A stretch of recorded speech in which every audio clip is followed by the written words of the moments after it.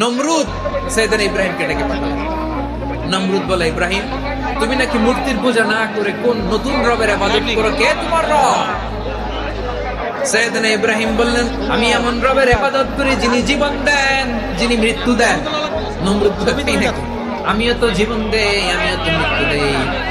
নমরুদ বলে, দেখো, দুজনকে ধরে আনলাম, একজন কয়েদিকে দিলাম মৃত্যুদণ্ড, আরেকজন যে দাঁড়িয়ে আছে চাইলে ওরেও আমি মৃত্যুদণ্ড দিতে পারি, কিন্তু না, ছেড়ে দিলাম, মানে জীবন দিলাম। দেখো ইব্রাহিম, তোমার চোখের সামনে একজনকে মৃত্যু দিলাম, আল্লাহর খালিল ইব্রাহিম বললেন, নমরুদ, বুঝলাম তুমি জীবন দাও মৃত্যু দাও, দেখলাম। আমার আল্লাহ প্রতিদিন সকালবেলা পূর্ব দিক থেকে উদিত করা সূর্যটাকে পশ্চিম দিকে বিকেলে তিনি ডুবিয়ে দেন। তুমি যদি পারো ওই সূর্যটাকে পশ্চিম দিক থেকে উদিত করে পূর্ব দিকে ডুবিয়ে দাও। নমরুদ তেলে বেগুনে